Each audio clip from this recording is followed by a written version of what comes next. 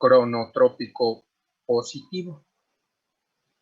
Y bueno, vean que les había yo dicho que este fenómeno se debe a la activación del reflejo barorreceptor y que la correspondencia es que si la resistencia periférica aumenta, la frecuencia cardíaca disminuye y viceversa. En el caso de la adrenalina, la reducción en la resistencia periférica implica un aumento en la frecuencia cardíaca y que cuanto más se reduce la resistencia periférica, como lo pueden ver aquí con el isoproterenol, el aumento en la frecuencia cardíaca es mayor. Bueno, ¿cómo opera el reflejo barorreceptor? De la siguiente manera. Miren, esta es la carótida común, que es una rama de la aorta que sale del corazón y va hacia la cabeza. A cierta altura, esta arteria carótida común, bueno, más o menos a la altura del cuello, esta arteria carótida común se bifurca en arteria carótida externa, que es el vaso más grueso, y carótida interna. Aquí en la bifurcación de la carótida es donde está una estructura denominada seno carotídeo y que, de acuerdo con la función, es la zona en donde están presentes los barorreceptores. Los barorreceptores, entonces, están ubicados aquí para registrar la presión arterial con la que va la sangre hacia la cabeza, hacia el sistema nervioso central. Entonces, los barorreceptores están ubicados aquí para registrar la presión arterial de manera continua. Aquí se señala que estos nervios que están en esta zona pertenecen al glosofaringio, como lo habíamos mencionado ya hace algunas sesiones. Bueno, a través del glosofaringio, esta información de los barorreceptores va hasta el sistema nervioso central. ¿Queda claro? Avanzamos. Bueno, ¿cómo trabajan los barorreceptores? En esta diapositiva tenemos la presión arterial media de la sangre y está en función del tiempo.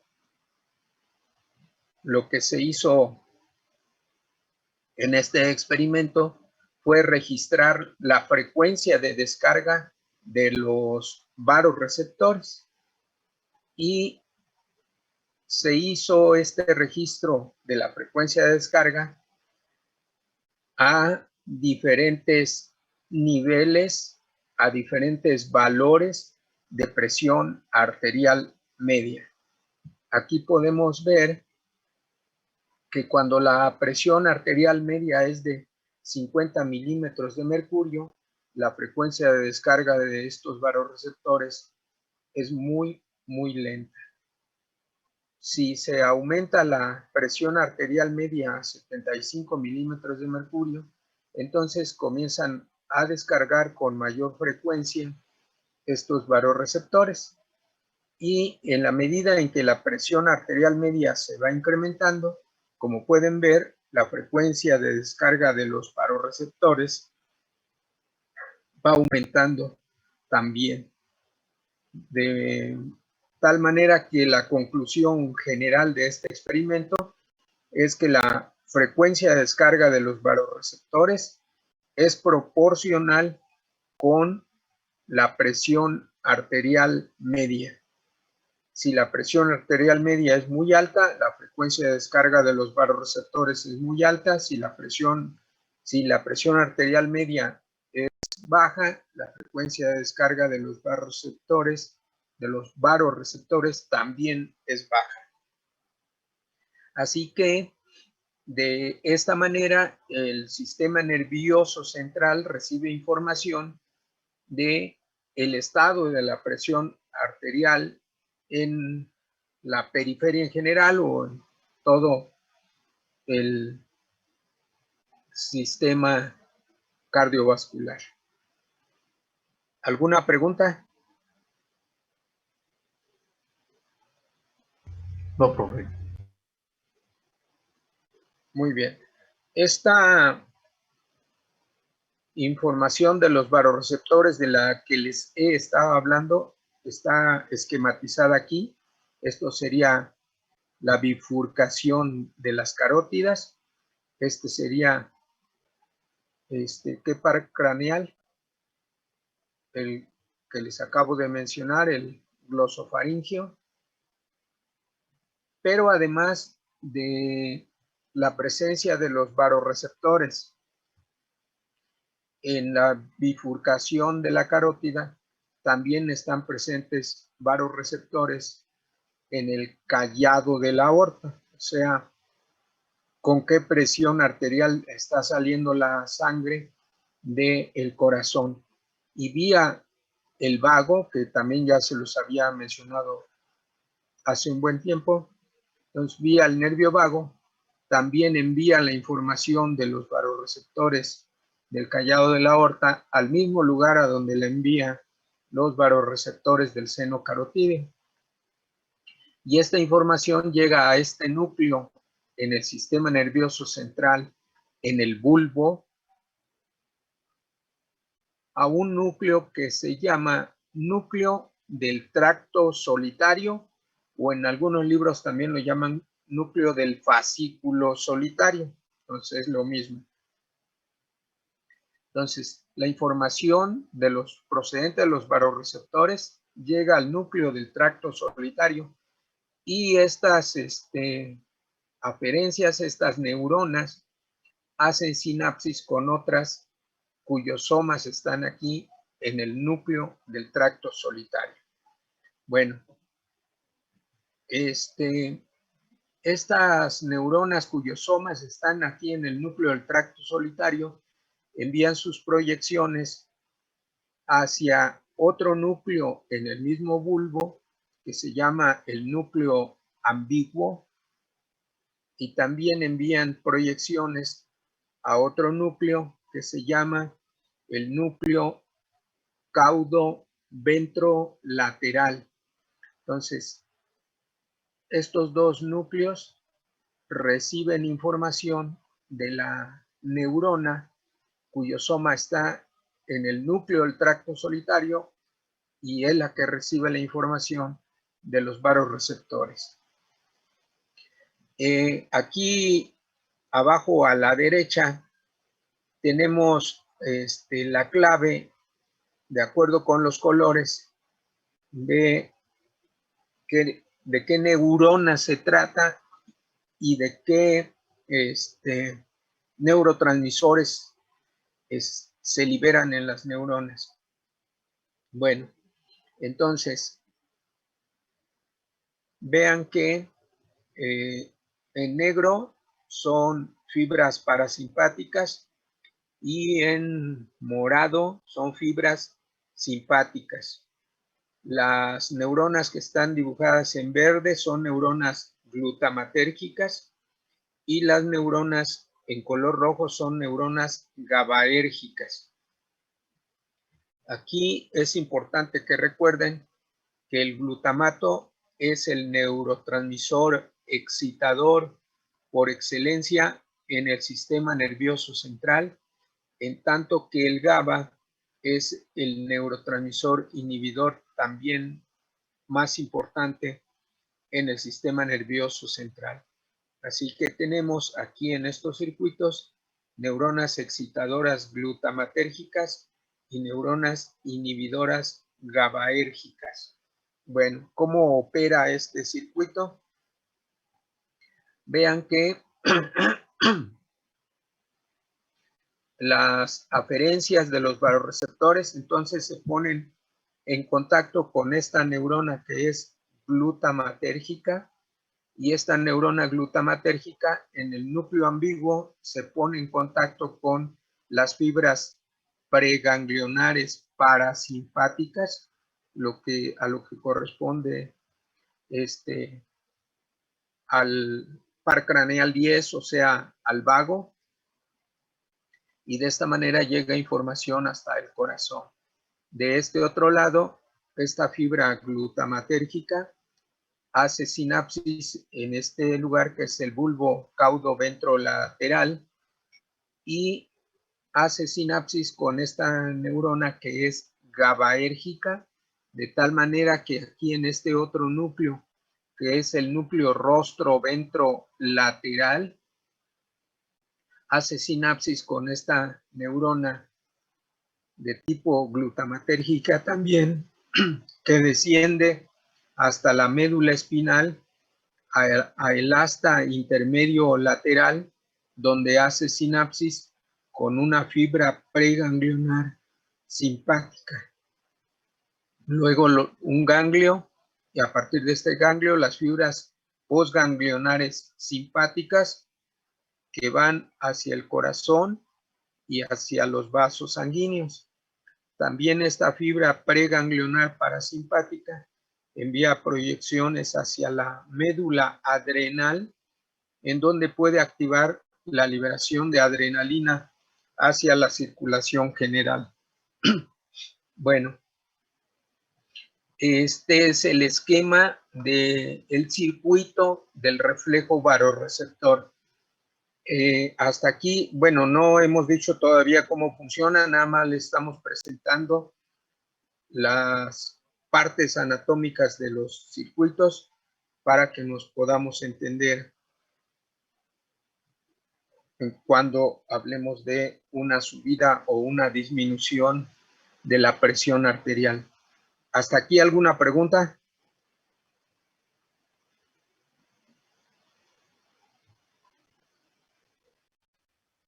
No, bueno. Miren, ¿cómo trabaja este circuito? Aquí tenemos como ejemplo aumento de la presión arterial. ¿Qué pasa si aumenta la presión arterial? ¿Cuál va a ser la actividad de los vasoreceptores?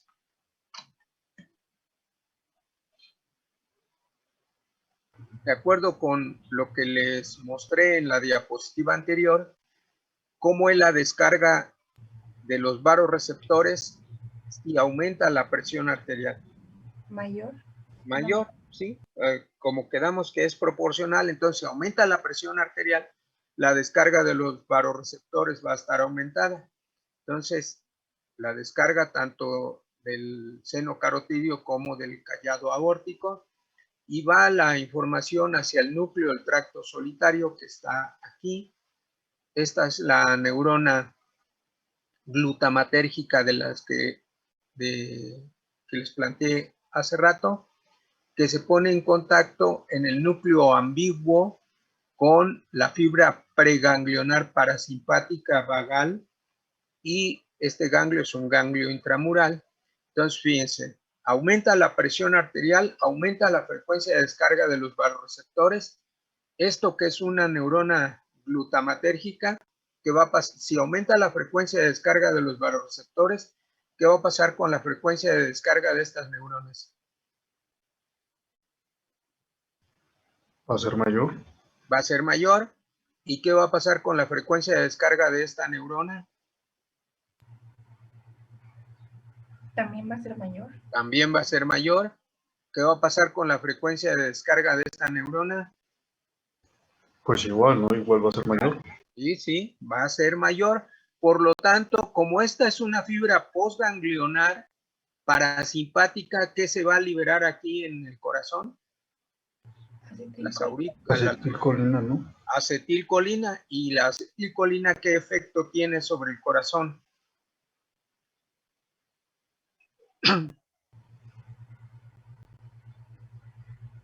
A través de los receptores M2. Vasoconstricción y aumento de la frecuencia. Ojo, en el corazón.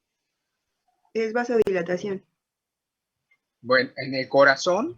Disminución de la frecuencia. Disminución de la frecuencia cardíaca, ¿sí? Vasodilatación sería en los vasos, pero aquí en el corazón no. Bueno, entonces vean que aumento en la presión arterial, aumento en la frecuencia de descarga de los vasoreceptores, aumento en la frecuencia de descarga de las neuronas glutamatérgicas, aumento de la frecuencia de descarga vagal hasta el corazón, lo cual va a traer como consecuencia inhibición de la actividad del corazón, o sea, reducción de la frecuencia cardíaca, bradicardia. Y este efecto sobre el corazón, la bradicardia, ¿qué consecuencias tendrá sobre la presión arterial?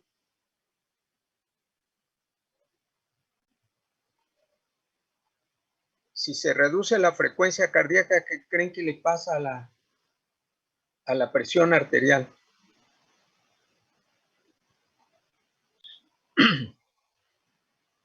Bueno, seguramente lo vieron en fisiología humana, pero pues aquí se los vamos a recordar.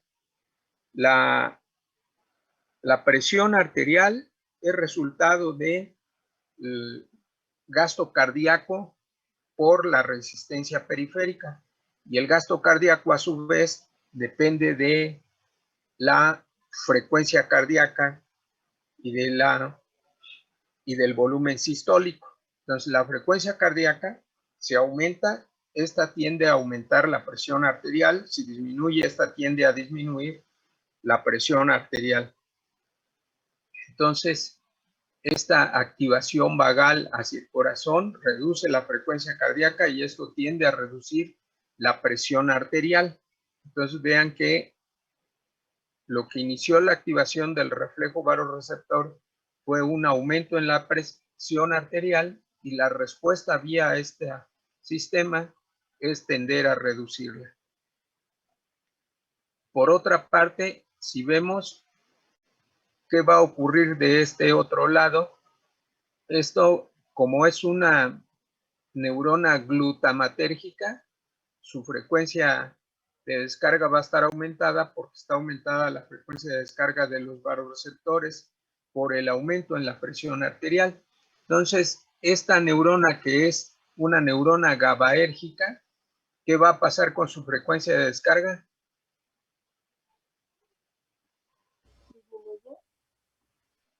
Más fuerte, no escuché. Disminuye. A ver, ojo, nuevamente, aumenta la presión arterial. Por lo tanto, la frecuencia de descarga de los vasoreceptores va a aumentar. Si la frecuencia de descarga de estas neuronas está aumentada, ¿qué va a pasar con la frecuencia de descarga de estas neuronas? Va a ser mayor. Va a ser mayor. ¿Y qué va a pasar con la frecuencia de descarga de estas neuronas? Va a ser mayor. También va a ser mayor. Va a ser mayor la frecuencia de descarga, solo que lo que va a estar descargando aquí en este soma va a ser GABA. Y al descargar GABA en este soma, ¿qué va a pasar con la frecuencia de descarga de esta neurona descendente? Va a disminuir. A disminuir, sí, va a disminuir la frecuencia de descarga. Por lo tanto, ¿qué va a pasar con la frecuencia de descarga de la preganglionar simpática? Disminuye también. Disminuye también. Y la frecuencia de descarga de la postganglionar Disminuye. disminuye. Entonces disminuye la actividad simpática en el corazón, disminuye la actividad simpática en los vasos y disminuye la actividad simpática en la médula adrenal. Por lo tanto, ¿qué va a pasar con la presión arterial?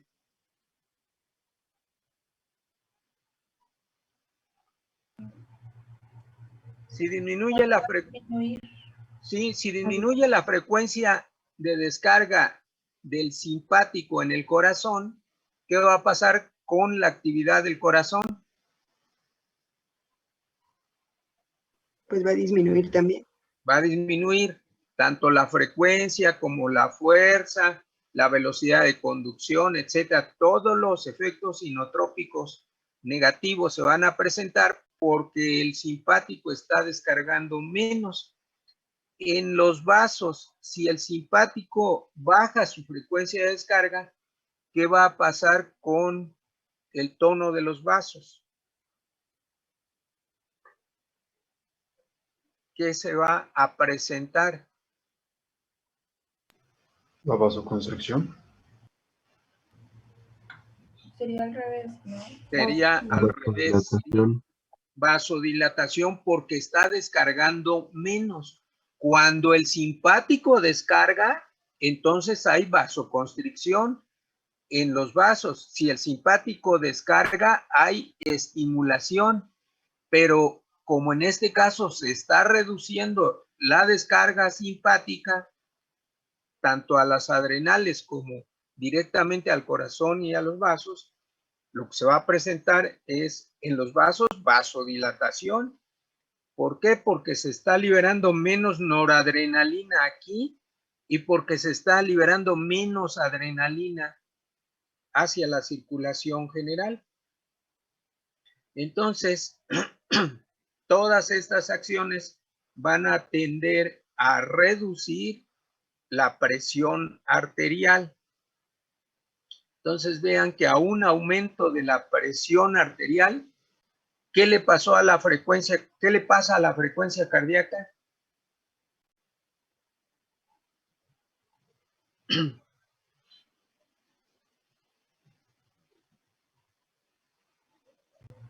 ¿Disminuye? Disminuye, ¿sí? Disminuye. ¿Por qué disminuye la frecuencia cardíaca cuando aumenta la presión arterial? Porque aumenta el tono parasimpático. ¿Y qué le pasa al tono simpático? Disminuye. Disminuye. Entonces, a un aumento de la presión arterial, el tono parasimpático aumenta y el tono simpático disminuye. Esto hace que la frecuencia cardíaca disminuya, ¿sí? Porque aquí se está liberando más acetilcolina y menos noradrenalina. Todo esto en respuesta a la información que los vasoreceptores están enviando al núcleo del tracto solitario.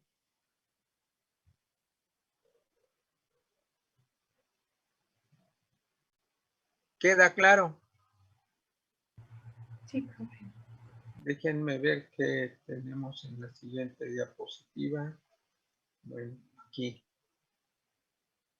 Fíjense bien, aquí mismo vamos a revisar qué pasa cuando ustedes, después de haber dormido en la noche, están en su cama acostados y se ponen de pie. Cuando se ponen de pie, en el mismísimo instante en que pasan de la posición horizontal a la posición vertical, ¿qué le pasa a su presión arterial?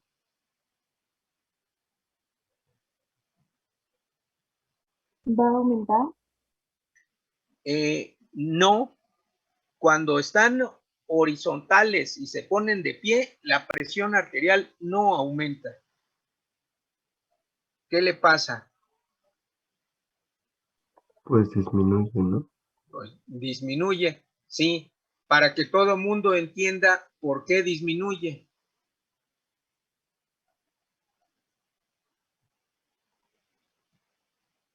¿Por qué disminuye la presión arterial cuando se ponen de pie? O bueno, la presión arterial tiende a disminuir. No disminuye porque si disminuyera, se marearían, al menos. ¿Por qué tiende a Porque la disminuir? sangre estaba como en un reposo. A ver, ¿qué significa que estaba en reposo la sangre? ¿Que no está circulando? Porque la Sí, sangre pero tiende- como en una velocidad como tan tanto como cuando estamos parados en una posición recta, ¿no? Sí.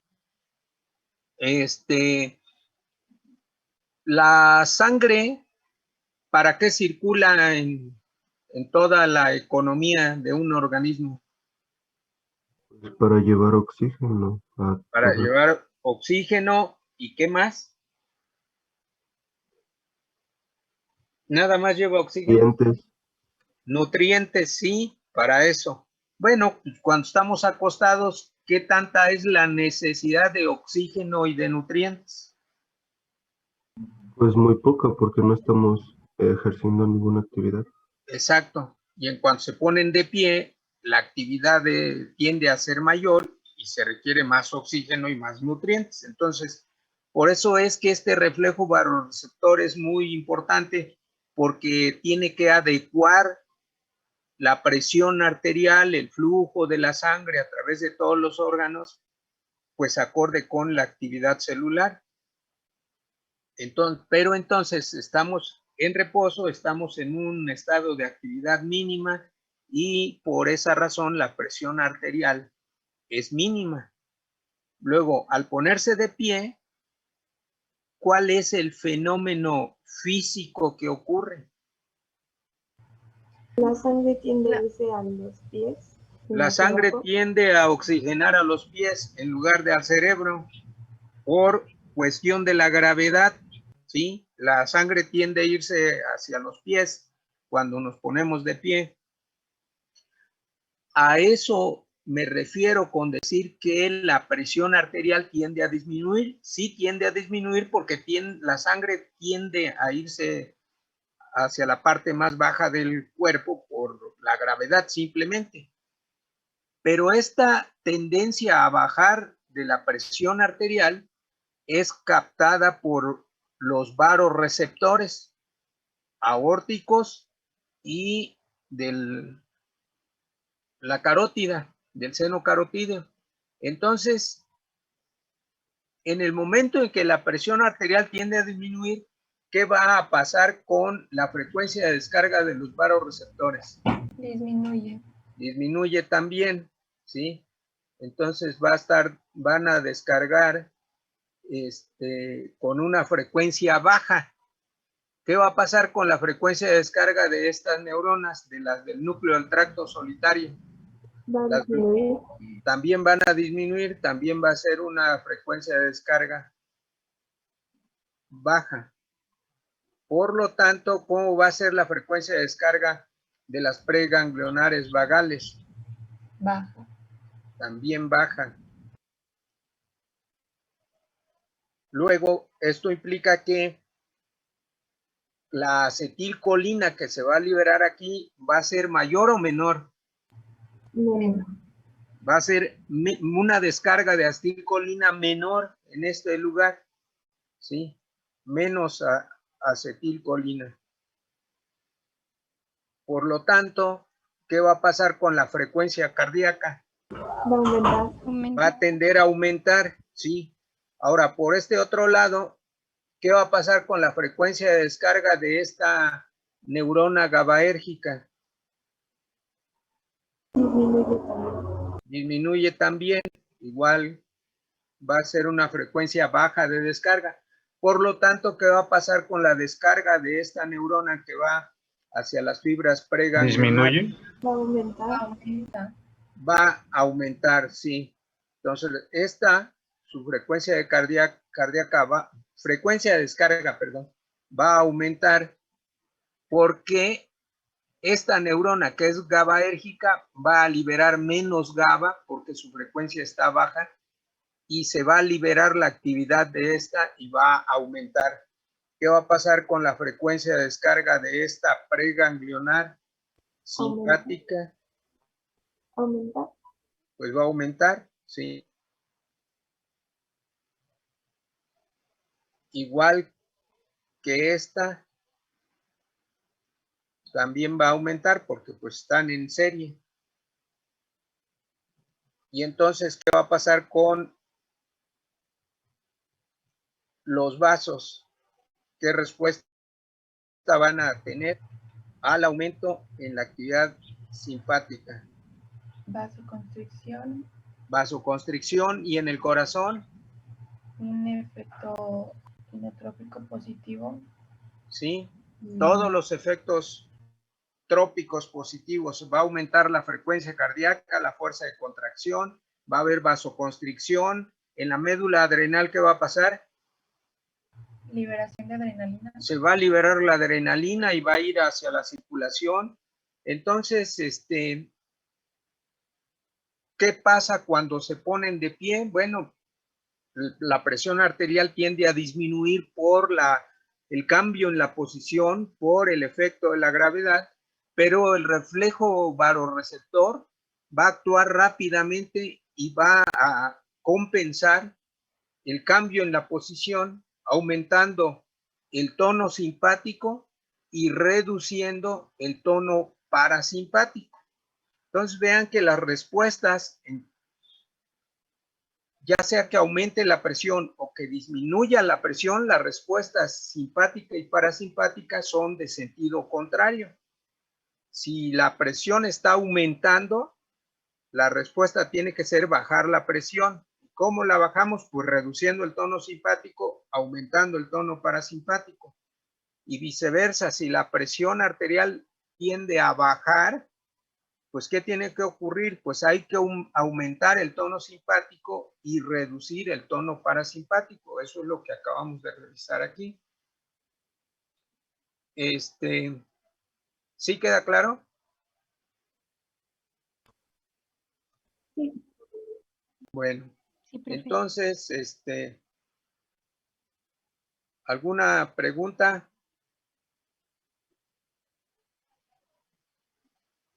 No debí de escribir porque de aquí a acá acabe de borrar. Bueno,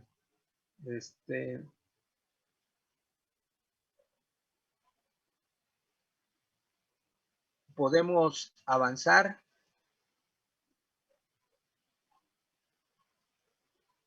Sí, profe. Bueno, esa es la explicación de por qué cuando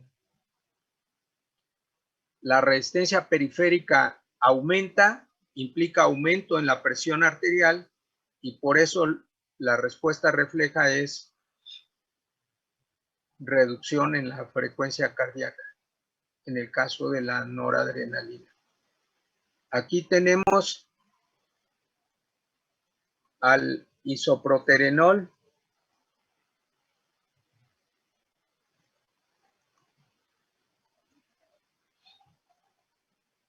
Y vean que, acorde con los receptores, bueno, el isoproterenol es un agonista selectivo de los receptores beta como clase, pero dentro de la clase de los beta no distingue, activa tanto a los beta 2 como a los beta 1. Miren, en el músculo liso bronquial, la activación de los receptores beta 2, la activación de la proteína GS, la elevación del AMP cíclico, implica relajación de la musculatura lisa bronquial y con ello lo que se conoce como broncodilatación. Se reduce la resistencia a la ventilación, al paso del aire, y esto favorece la ventilación pulmonar. En el caso de los vasos sanguíneos, ya lo hemos dicho, la activación beta 2 también por el mismo mecanismo produce relajación de la musculatura lisa vascular y con ello vasodilatación periférica. Y lo que revisamos en las diapositivas anteriores, si hay vasodilatación periférica, hay reducción en la resistencia periférica y baja en la presión arterial. En el caso del corazón, pues los receptores son de naturaleza beta 1 y aquí es donde se producen todas las acciones trópicas positivas. ¿Están de acuerdo? ¿Tienen alguna pregunta? ¿No tienen preguntas? Bueno. Avanzamos entonces.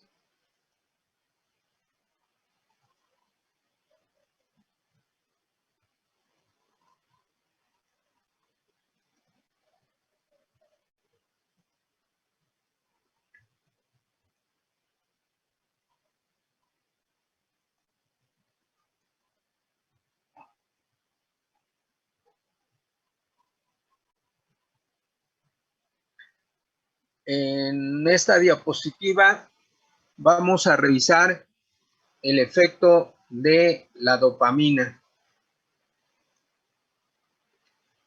La dopamina, sus acciones muy importantes se dan en estos dos órganos, en el corazón y en el riñón. Ya habíamos mencionado que la dopamina, lo mencionamos incluso la clase anterior, que la dopamina puede actuar tanto en sus receptores dopaminérgicos como en receptores adrenérgicos. En la clase anterior dijimos que la dopamina podía reconocer a los receptores adrenérgicos, además de inducir la liberación de noradrenalina. Entonces, los receptores beta 1 adrenérgicos los puede reconocer la dopamina y los puede activar. Así que la dopamina puede producir efectos inotrópico positivo, cronotrópico positivo, como si se tratara de la noradrenalina. La dopamina también activa a los receptores beta 1. Y en el caso del riñón habíamos mencionado que la arteria renal posee receptores dopaminérgicos. Y la activación de estos receptores dopaminérgicos en la arteria renal induce relajación. Enseguida vamos a explicar el mecanismo, pero bueno, quiere decir que la dopamina a través de sus receptores aquí en la arteria renal produce vasodilatación. Lo que debemos de considerar es qué tanta afinidad tiene la dopamina por sus propios receptores y qué tanta afinidad tiene la dopamina por los receptores adrenérgicos. Si ustedes tuvieran que apostar, ¿cuál sería su planteamiento? ¿Por qué clase de receptores tendrá más afinidad la dopamina? ¿Por los propios, los dopaminérgicos o por los adrenérgicos? ¿Por los propios? Sí, tiene más afinidad por los dopaminérgicos que por los adrenérgicos. Bueno, pero entonces es muy importante que recuerden que la vasodilatación renal va a traer como consecuencia un aumento del flujo sanguíneo renal y con ello una mayor perfusión de los riñones y mejor funcionamiento de estos para la producción de orina, por ejemplo, y que a través de los efectos beta adrenérgicos, beta 1 adrenérgicos, va a producir mayor actividad del corazón. Bueno,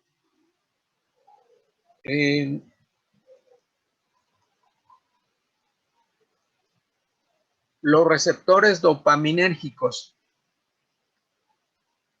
La dopamina puede actuar en dos familias de receptores.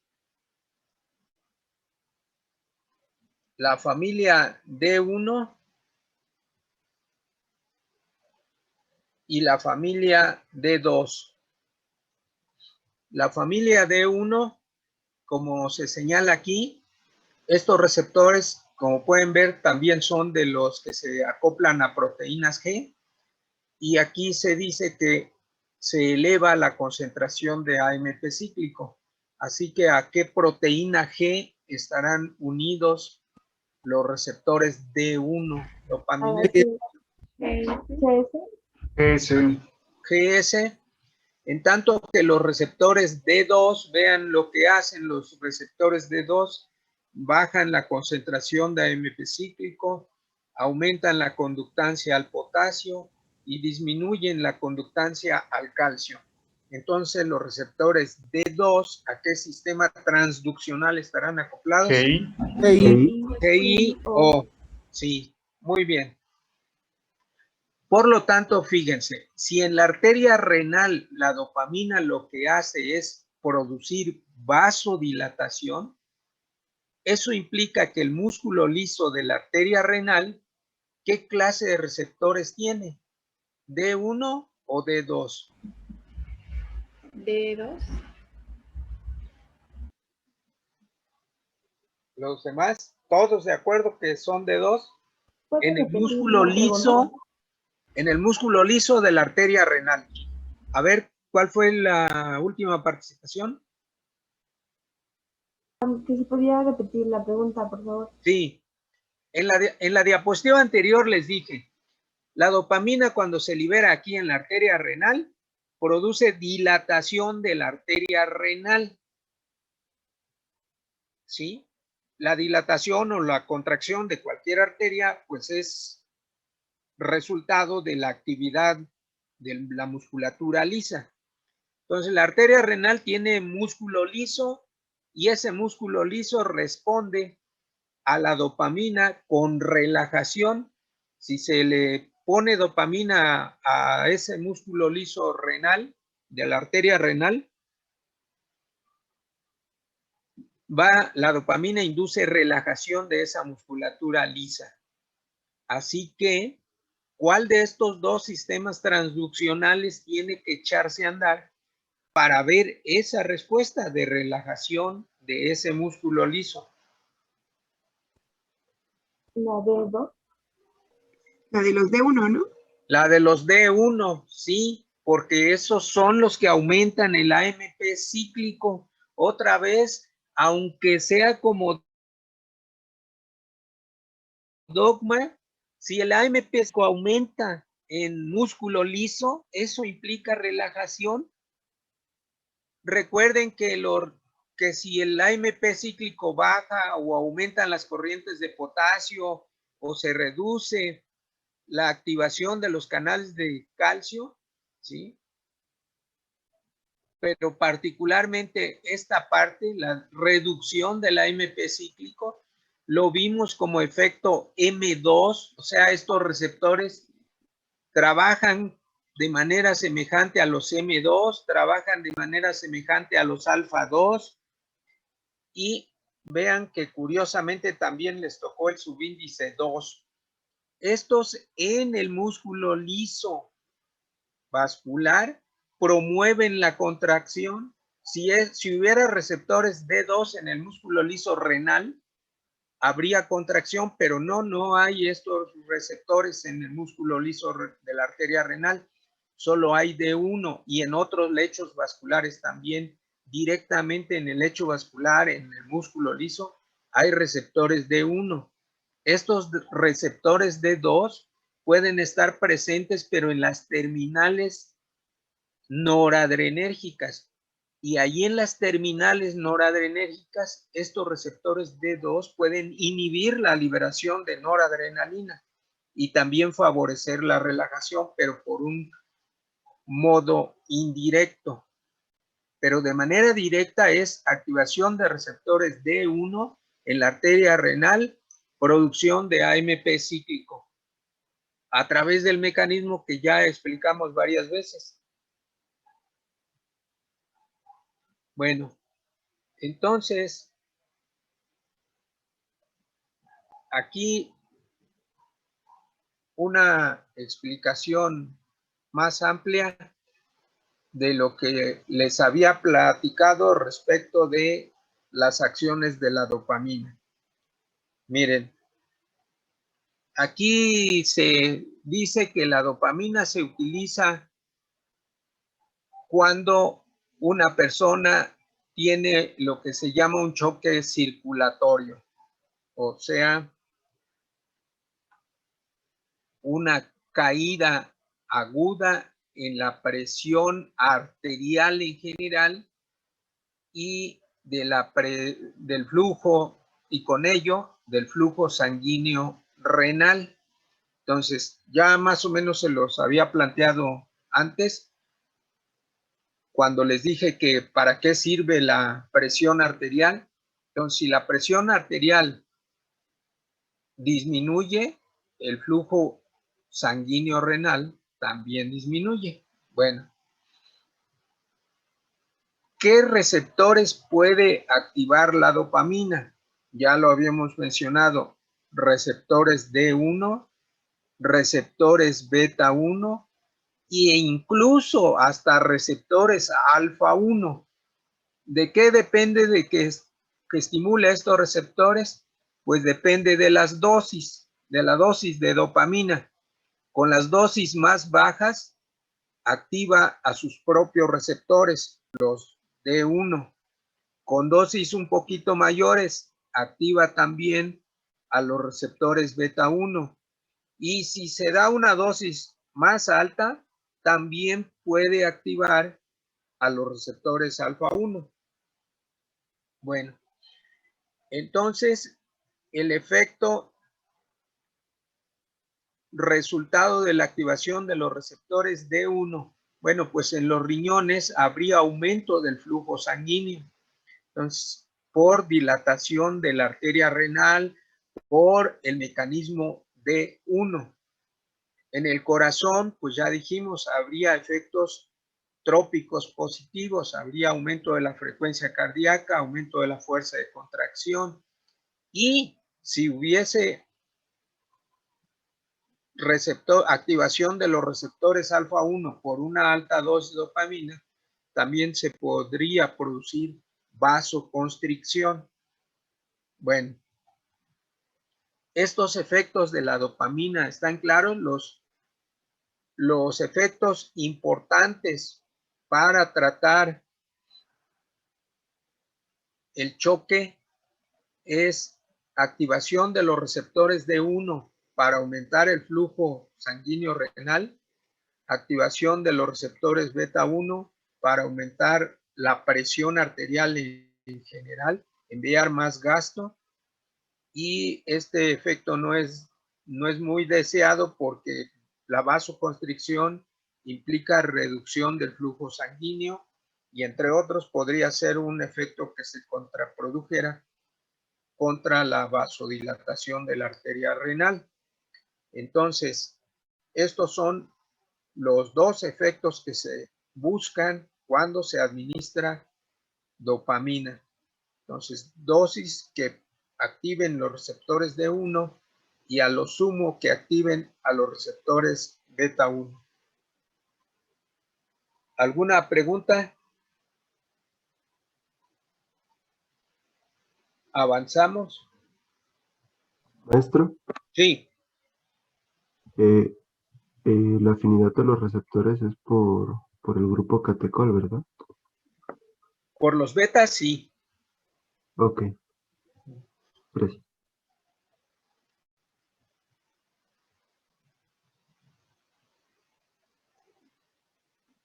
Bueno, vamos a hablar de algunos agonistas selectivos. Ya habíamos mencionado que la fenilefrina y la metoxamina son los ejemplos clásicos de agonistas selectivos alfa 1. Y aquí ya también habíamos visto en algún momento la estructura de la clonidina como agonista selectivo alfa 2. Los agonistas selectivos alfa 1 se emplean para el tratamiento de la congestión, es uno de los usos, es un uso muy razonable. En esta diapositiva lo que se trata de explicar es qué pasa cuando a una persona se le da un agonista alfa, particularmente los alfa 2, digo los alfa 1 como la fenilefrina, la metoxamina, aquí se menciona la nafasolina. Bueno, aquí el planteamiento es que las glándulas mucosas, que son las que están produciendo el moco, el escurrimiento nasal, pues tienen que recibir aporte sanguíneo como todas las células y con ello oxígeno, pero normalmente el aporte que se envía a cada órgano pues es el aporte suficiente para cubrir la demanda del órgano en cuestión. Debe haber un balance adecuado entre la necesidad de oxígeno, que es lo que aquí se pone como demanda de oxígeno, y el suministro que se le envía vía la circulación general. Bueno, ¿qué ocurre cuando en este sistema, las glándulas mucosas, se administra un agonista alfa, como la fenilefrina, que está de moda, se utiliza mucho en invierno, se venden muchas preparaciones a base de fenilefrina, pues la fenilefrina va a producir vasoconstricción y la vasoconstricción implica que el suministro de oxígeno va a ser menor que en condiciones basales, así que las glándulas mucosas van a tener menos suministro de oxígeno y probablemente el suministro de oxígeno sea menor que el oxígeno que esté requiriendo el tejido. Así que va a estar en un estado de isquemia transitoria mientras dure el efecto de el agonista alfa 1.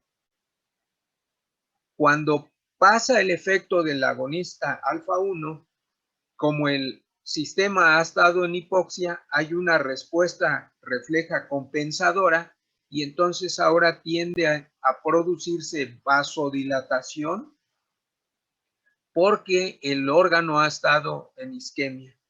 Y con ello entonces hay un mayor aporte ahora de flujo sanguíneo, de oxígeno, por supuesto, incluso mayor que en una condición basal, de tal manera que al tener mayor aporte sanguíneo y mayor flujo, las glándulas mucosas nasales, pues ahora van a producir mucho más moco que en el inicio.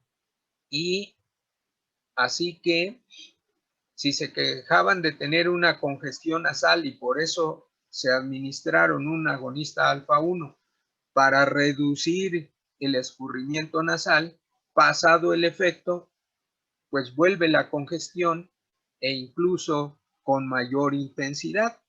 Así que en realidad pueden ser mayores las molestias cuando se utilizan los agonistas alfa 1 para tratar la congestión que el tiempo en el que se puede aliviar esta por el efecto vasoconstrictor.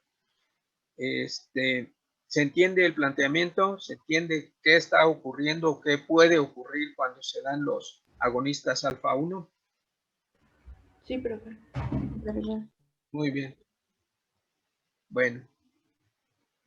De los agonistas alfa 2, como en el caso de la clonidina, el mayor uso que tienen es como agentes antihipertensivos de acción central.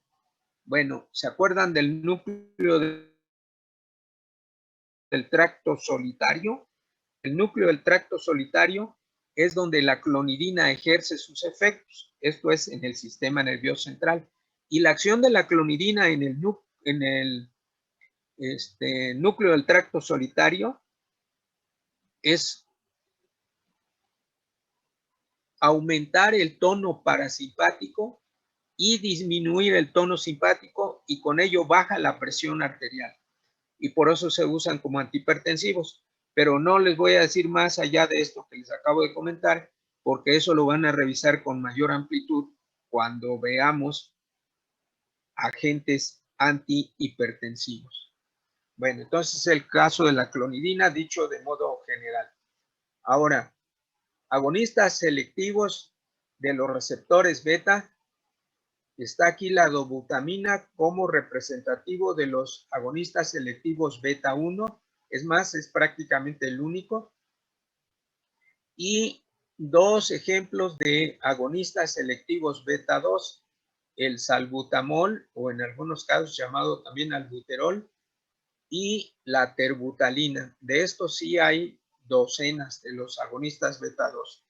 Agonista beta 1, este prácticamente es el único.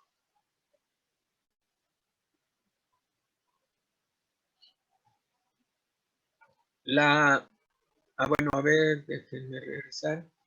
La dobutamina, entonces, por ser agonista beta 1, ¿en qué órgano va a producir sus efectos importantes? En el corazón. ¿El corazón? En el corazón, sí. Entonces se emplea como estimulante cardíaco para aumentar la fuerza y la frecuencia de contracción del corazón en aquellas personas en las que el corazón no está trabajando adecuadamente. La enfermedad se llama insuficiencia cardíaca. Los agonistas selectivos beta 2, por su parte, se emplean, como ya habíamos mencionado, para el isoproterenol como broncodilatadores. Y aquí se presenta el efecto broncodilatador de la adrenalina para comparación, de la terbutalina, del albuterol, del formoterol y del salmeterol. ¿Qué es lo que se señala aquí en estos casos? Bueno, en la barra roja, el inicio de la broncodilatación, o sea, después de que se aplica, ¿cuánto tiempo transcurre para que ya se observe el efecto broncodilatador? Y la barra azul es cuánto dura la broncodilatación. Entonces, como pueden ustedes ver,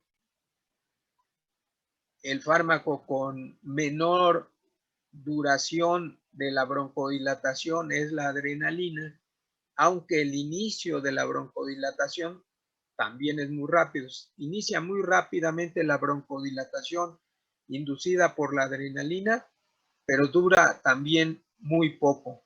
¿Por qué? Pues porque se metaboliza por la MAO, por la COM y se recaptura. Entonces no dura mucho tiempo su efecto. Y por esa razón se desarrollaron broncodilatadores agonistas beta 2 selectivos sintéticos. Y vean que la terbutalina es de inicio muy rápido, parecido al de la adrenalina, y su tiempo de efecto ya es bastante bueno. Como pueden ustedes ver aquí en la escala es de horas, y la terbutalina dura pues entre 3 y 4 horas su efecto. El albuterol,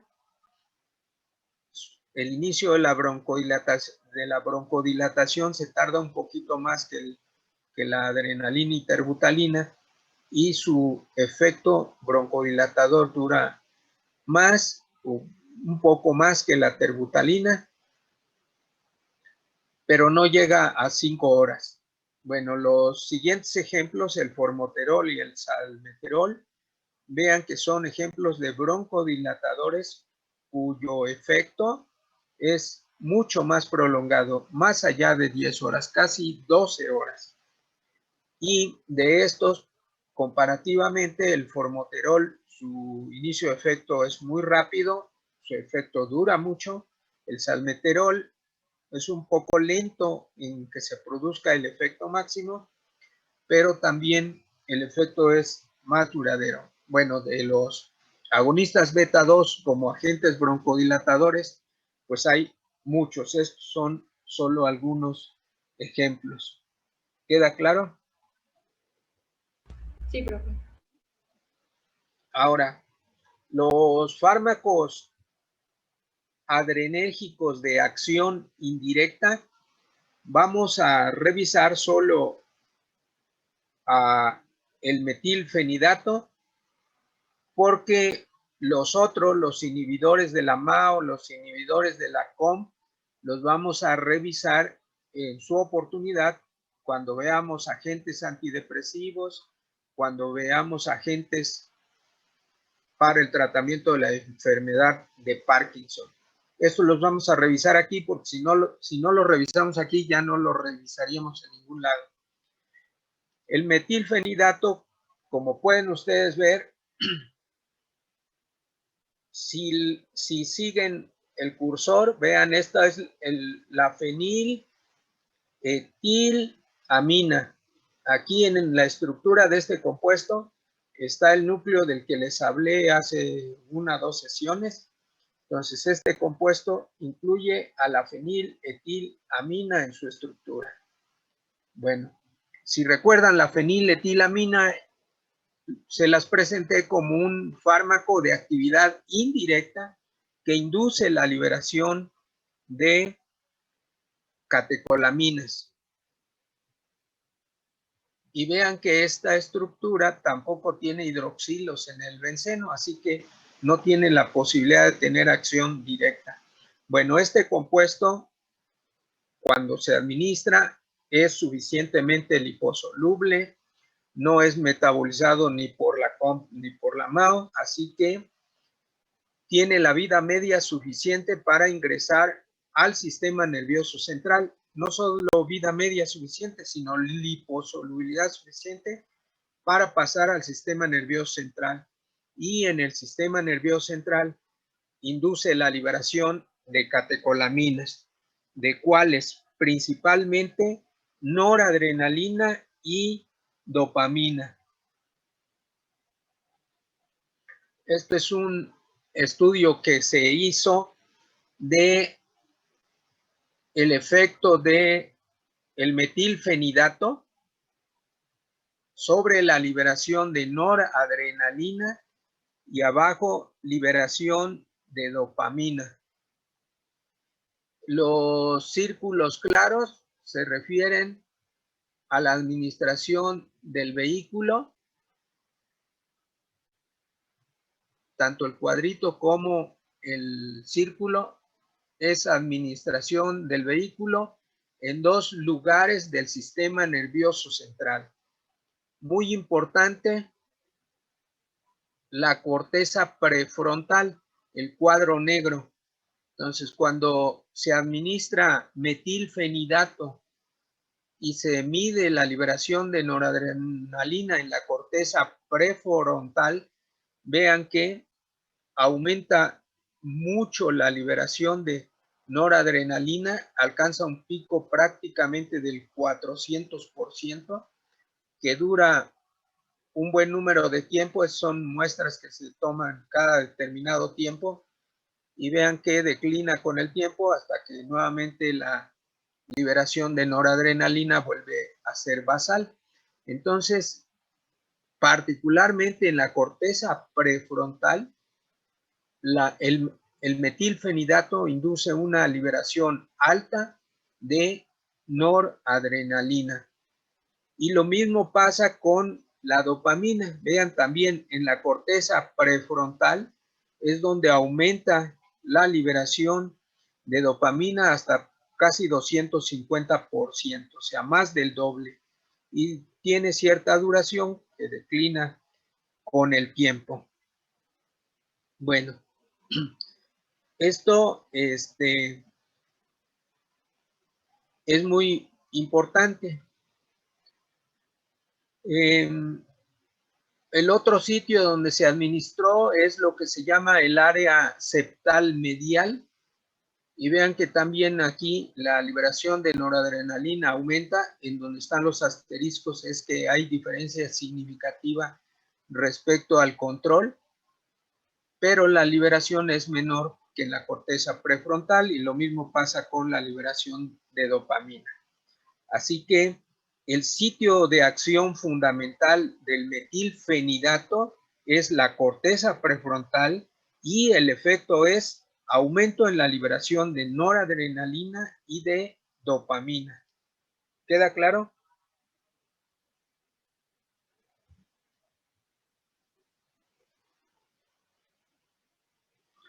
Bueno, los usos clínicos.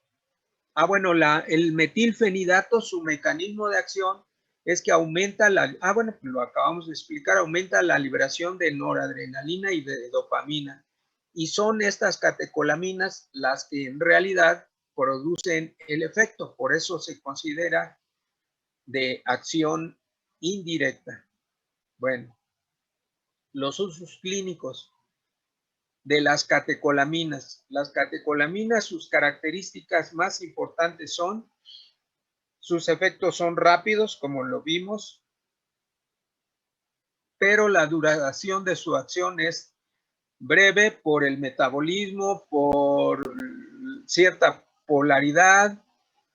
No se pueden administrar por vía oral, como lo habíamos comentado, y también por su polaridad no penetran o no pasan la barrera hematoencefálica y no pueden producir efectos a nivel central. ¿Cuáles son las catecolaminas más importantes que revisamos? Adrenalina, noradrenalina, isoproterenol, dopamina y hasta dobutamina. Aquí están los receptores en los que actúan, la adrenalina en todos, la noradrenalina en 3, excepto en los beta 2, el isoproterenol selectivo para beta, beta 1, beta 2, la dopamina actúa en los dopaminérgicos y en los beta 1 y en dosis altas también en los alfa 1 y se considera la dobutamina como selectivo para los beta 1. ¿Qué enfermedades se pueden tratar con estos fármacos? Bueno, en calidad de broncodilatador se puede emplear para el tratamiento del asma. Muy importante para el tratamiento del choque anafiláctico. Actualmente en todas las unidades de vacunación previendo un choque anafiláctico tienen unidades de adrenalina preparadas para su administración en caso de que alguna persona tenga un choque anafiláctico. También la adrenalina se emplea como coadyuvante en la administración de anestésicos locales para dos cosas. Como dice aquí, para prolongar su efecto, pero también para disminuir la posibilidad de efectos adversos o tóxicos. La noradrenalina se emplea para el tratamiento del choque, aquí en este caso del choque. Choque significa, cuando lean ustedes la palabra choque, significa baja de la presión arterial, muy importante, una caída en la presión arterial que compromete la vida de quien sufre el choque. Y este choque puede tener distintos orígenes. Por ejemplo, puede ser choque anafiláctico. En el caso del choque anafiláctico, quien está produciendo la caída importante en la presión arterial es la histamina, pero también puede haber choque hipovolémico, puede haber choque séptico, puede haber choque por golpe de calor. Bueno, en todos los casos la característica central es caída aguda en la presión arterial. Entonces, la noradrenalina es útil para el tratamiento del choque. El isoproterenol, al igual que la dobutamina, puede servir como estimulante cardíaco. Teóricamente podría servir para el tratamiento de la insuficiencia cardíaca aguda. La dopamina, ya vimos, es el de mayor utilidad para el tratamiento del choque. También se puede emplear para el tratamiento de la insuficiencia cardíaca congestiva. Es cuando el corazón no está trabajando adecuadamente. Esto, lo que es la insuficiencia cardíaca congestiva, se los van a explicar ampliamente cuando veamos los fármacos que se emplean para estos casos. Y también se llega a utilizar para tratar de elevar la presión arterial, que es un mecanismo, un efecto que también se necesita en el tratamiento del choque. Bueno, esos son los usos más comunes de las catecolaminas. Ahora, de las no catecolaminas, estos como ya no tienen la estructura catecolamina, su duración de efecto es mayor, su vida media es mayor porque no se metabolizan como las catecolaminas y muchas de ellas ya tienen la liposolubilidad suficiente para ingresar al sistema nervioso central. Entonces, vean, aquí oximetazolina y fenilefrina en calidad de agonistas alfa 1, como ya les expliqué, se utilizan mucho como descongestionantes nasales y en algunos casos cuando una persona tiene una caída aguda en la presión arterial, la fenilefrina se puede emplear para estos casos, para aumentarle la presión arterial. Y también un uso adicional que puede tener la fenilefrina es en el tratamiento de las taquicardias. Cuando hay una taquicardia, esto implica que el corazón tiene una frecuencia cardíaca muy alta. ¿Y cómo actúa la fenilefrina? Bueno, produce vasoconstricción, la fenilefrina. La vasoconstricción aumenta la resistencia periférica y este aumento en la resistencia periférica activa al reflejo vasoreceptor. Entonces, como se activa el reflejo vasoreceptor porque la presión arterial se ha aumentado por la fenilefrina, entonces la respuesta refleja compensadora es aumento del tono parasimpático, descarga vagal, y con ello tiende a reducirse la taquicardia, que es lo que se quiere tratar, que es lo que se quiere controlar. Entonces la fenilefrina, vía este mecanismo de vasoconstricción, de aumento de la presión arterial por la vasoconstricción, activación del reflejo vasoreceptor, esto implica aumento de la descarga vagal, aumento del tono parasimpático, es que puede aliviar una taquicardia en el corazón. Bueno, no puede ser en otro lado, ¿verdad? Perdón por la rebusnancia. Bueno, la clonidina ya les había mencionado que se usa para tratar la hipertensión. Los agonistas selectivos beta 2 pues se emplean para el tratamiento del broncoespasmo de cualquier origen, de acción corta o de acción prolongada, según las necesidades. Aquí el metilfenidato lo podemos poner al lado de la anfetamina. Sus acciones indirectas, receptores alfa, beta, estos son efectos indirectos porque lo que hacen es liberar noradrenalina y dopamina, como ya les mencioné, y se emplean como estimulantes del sistema nervioso central para tratar el problema de los niños que tienen déficit de atención.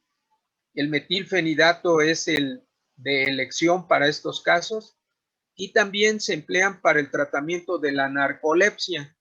Este otro uso que dice aquí, control del apetito, ya es obsoleto, ya no se utilizan para estos fines. No se utilizan de manera racional. Si un médico con ética recibe a un paciente que quiere bajar de peso, no le va a recetar anfetaminas. Si van con cualquier médico que no le importan los pacientes, pues sí le puede recetar anfetaminas, pero esto ya no debe de usarse para estos fines. Solamente para el tratamiento de la narcolepsia y del déficit de atención en los niños, principalmente en este caso el metilfenidato. La efedrina y la pseudoefedrina están abolidas ya en nuestro país, prohibidas, ya no se emplean. ¿Alguna pregunta? ¿Por qué están prohibidas la efedrina y la pseudoefedrina, profesor? Porque se siguen utilizando clandestinamente como precursores de anfetaminas. O sea, los chinos siguen produciendo efedrina y pseudoefedrina en cantidades industriales y vía contrabando la siguen vendiendo a todo el mundo, y la razón es para sintetizar anfetaminas y venderlas como las están vendiendo, pues también de contrabando. Entonces, ya de manera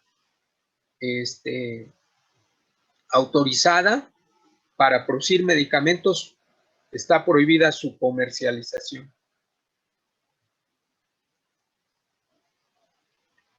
Bueno, el otro uso que tienen los agonistas alfa-adrenérgicos es para el tratamiento del glaucoma. De aquí, los más importantes son los agonistas alfa-2, porque los agonistas alfa-2 inhiben la producción del humor acuoso y de esta manera la presión intraocular. Entonces, agonistas alfa-2 para el tratamiento del glaucoma. La clonidina, la paraclonidina, que es un derivado, y otro muy parecido, la brinonidina.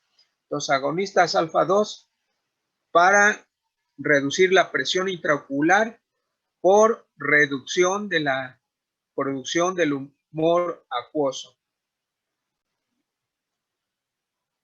Y los efectos adversos pueden inducir arritmias porque pueden estimular los receptores beta 1 del corazón, pueden producir efectos centrales como cefalea, hiperactividad.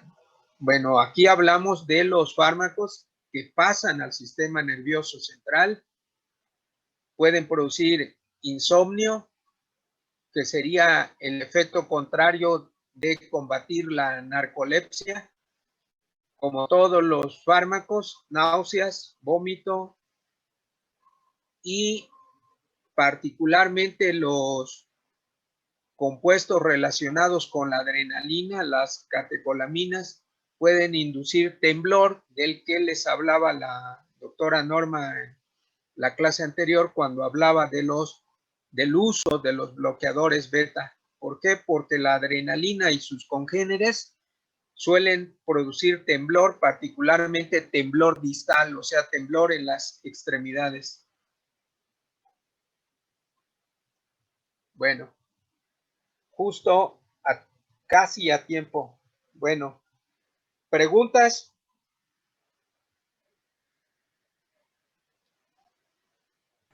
No, profe, creo que no. No, despierten, ya nos vamos. Sí, estamos despiertos, profe. Ah, bueno. Ellos ya se fueron. Muy bien, bueno, pues nos veríamos Pues mañana. están desayunando y no pueden, No pueden hablar. Hablar tienen la boca llena. Nos vemos mañana y mañana sí iniciamos con el examen de evaluación continua con los bloqueadores muscarínicos. ¿Sí? ¿Todo el mundo enterado? Profe. Bueno, sale pues.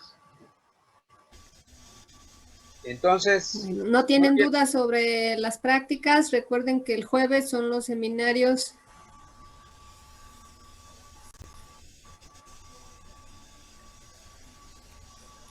Ahí Esperemos que no tengan dudas el miércoles en la noche, ¿verdad? Esperemos que no. sí.